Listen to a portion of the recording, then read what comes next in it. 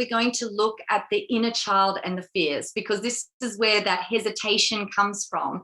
And what's happening is, when you think about doing these things, it's everything below the diaphragm that we're talking about. It's the butterflies in your stomach that's happening. And there's this instinct and impulse state. So maybe just right now, like where you have this child within that seems to appear, like what situation specifically around having to talk or monetize what it is that you love, okay, and how to sort of bring it into that. What is it that happens to you? With me, I actually quiver with my voice. I can hardly even get it out. That's what was happening to me. Even if someone said, hold the microphone and just introduce yourself to the group, and that's all I had to do. It was like, hello, like, you know, hi. And I just was like, oh my gosh. And then I was completely in my head going, this is really bad. And it got from worse to really bad. I don't even know what that word is, extremely bad.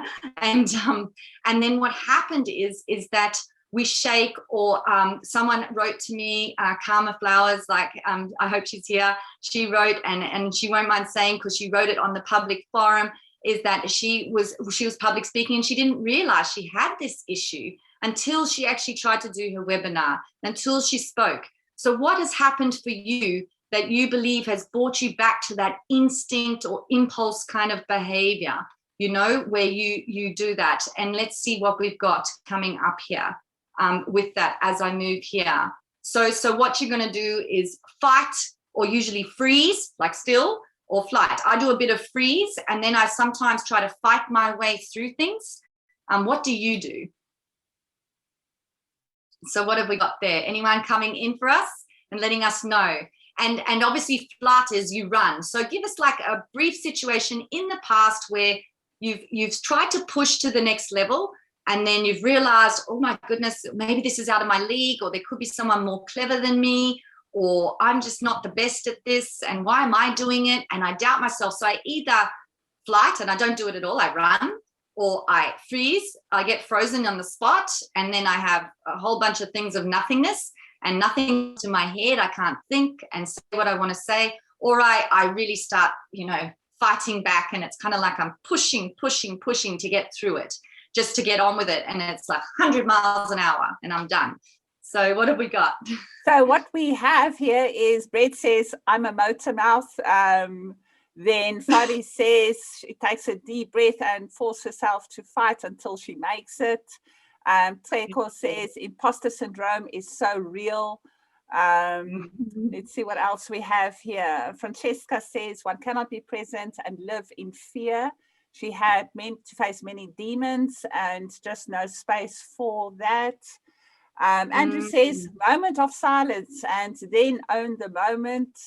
Yeah, some great comments coming in. Oh, awesome. So we've got this inner critic, and no one's better than criticizing than ourselves. And that's what's kind of happening.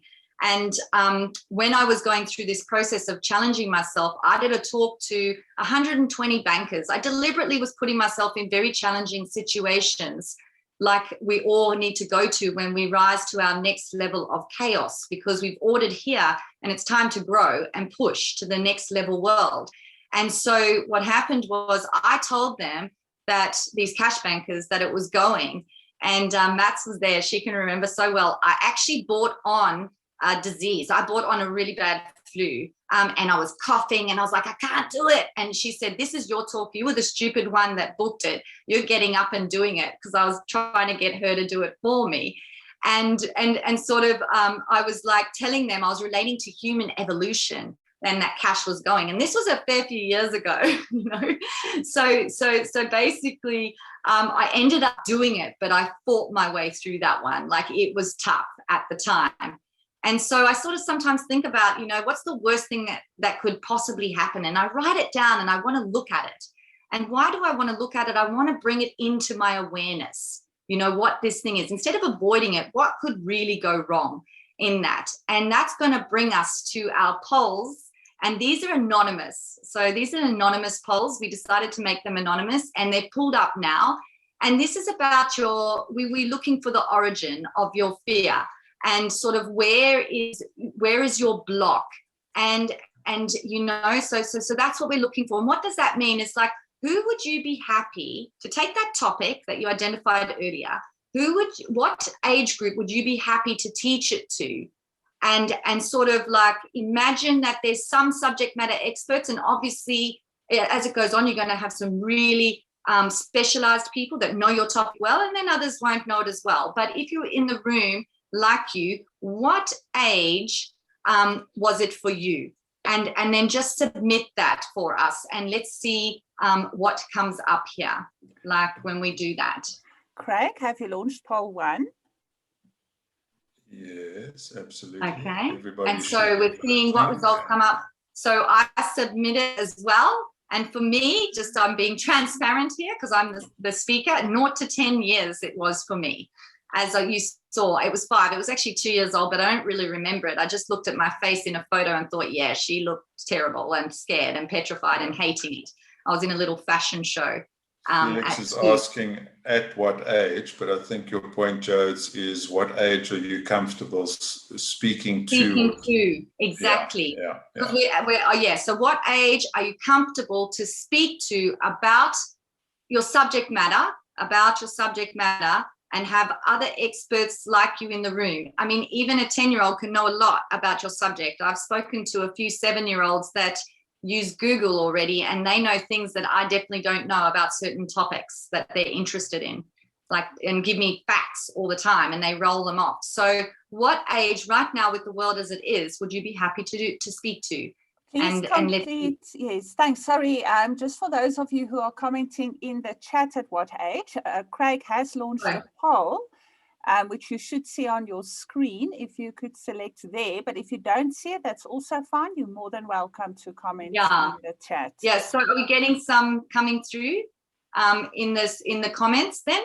Of what age? Just Fadi says she can talk to people between the ages of 23 to 30 and 31 to 40. Nice. Francesca says actually all. Craig, how does the poll results look? Yeah, so we've got 36% dominant, 31 to 40.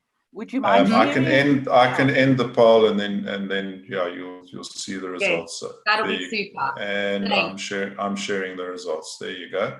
Fantastic. Okay, wow, this is quite good. You guys are great. I was the 0 to 10. So generally, when you're looking for the origin, you're going to take the age that you've got. So when you're looking for the fear origin, it's usually going to set the age group before. That's where you're looking for an event that may have happened to you, one age group younger. That's what we're looking for, because we're looking for the origin. So you're looking, so if it's 0 to 10 like I am, I was looking, what is the one that I can actually remember? And I remember the one where I was doing the solo ballet performance and I cried and I didn't want to go on stage. And that is when my stage fright started. So because it's so young, I will go back to that same childlike behavior. Yeah. Okay, so this is just for getting an awareness right now. We're just getting an awareness. Okay. Thank you so much. And we're going to go on to the next poll now. So I just want you to write that down, and it's for your awareness here. And that's where you're going to look to do some work on. And then we're going to do a word cloud now about your fear. So what I want is, I want you to use one word and one word only to describe how you would feel to present for an hour for 45 minutes, a talk, 15-minute questions. And in this day and age, a stage or webinar. So you need to click on www.menti.com and use the code 21766596, or you can write it in the comments box, but we're doing a bit of a word cloud, and I'm going to stop sharing my screen and give it over to Liezel.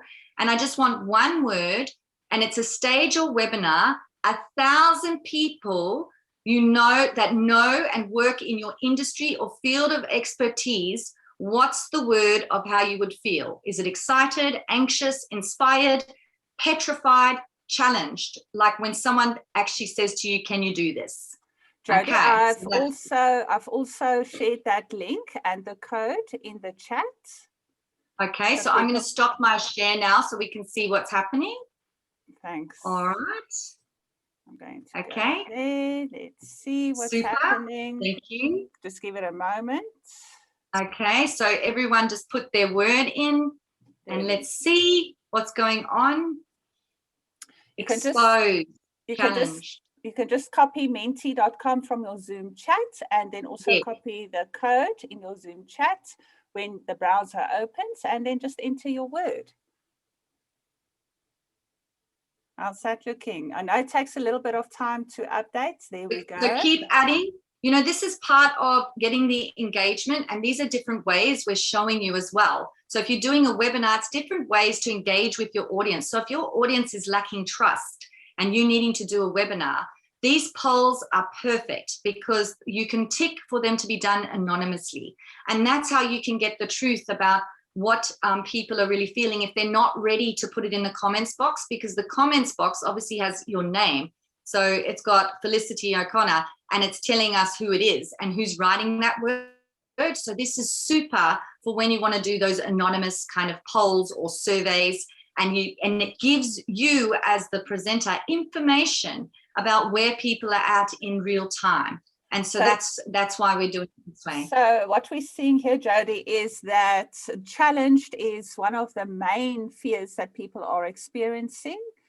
Anxious is another big one that people are experiencing.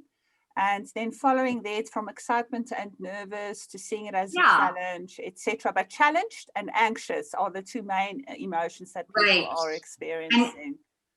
And that's what I expect to see, because 1,000 is usually a next level for a lot of people. 1,000, if it's on a stage, means a microphone, means technicians and sound equipment and lighting.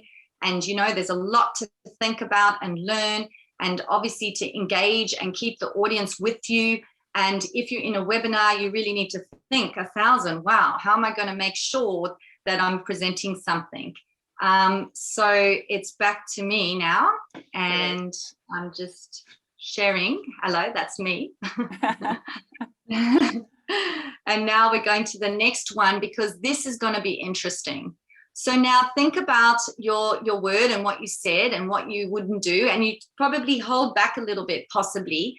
And then also note that other people in the group were excited about it, or they were inspired about it, or they would look forward to it. So we've got all types here, which is super. But now let's monetize it. So this is the last little one, and it's going to pop up now on poll 3. This last one we're going to do, we did these sort of in the middle. And if someone was to pay you, okay, $10,000 to speak to those same people for that 1 hour, 45 minutes with 15 minutes questions in your area of expertise and field of expertise, okay, would you still do it? Would you actually do it? Let's monetize. Would you say yes? If someone said, I'll give you $10,000, would the exchange be enough for you to say yes to do that 1 hour to those 1,000 people? And let's see what we've got. And I'm going to monetize myself there. So to click on that and submit is to monetize. So let's see who's doing that. Because we're here to monetize our voice. So what are we getting there? Anything yet? It was a quick one. We've got 29 responses. So you want to hold on for a few more? Yeah, I hope so. Yeah. And well, where are we at with the yeses and nos? So 97% yes. Well, I'll do Mel Robbins' countdown. 5, 4, 3, 2, 1. Closing. Sorry, you remember you've got to be a little bit crazy, hey? I did say that. And I'm sharing the results. There you go. Okay, there we go. Isn't that interesting? So can you see when I asked you earlier, like the value of if you could speak about it, okay, if there's an exchange, that's enough. It's going to make you say, okay, I'm going to step into this. I'm going to step into the challenge into my next level world. And just something a little bit quirky is that, do you realize this is only $10 per person? That's what they're paying for 1 hour of you to give them some insight. It's only $10. So just so you can understand the value of multiplying and sharing your service with the world and what that can monetize into, okay, when you do it. I think that's pretty cool. Thank you so much. I love those results. 97%. Pretty cool.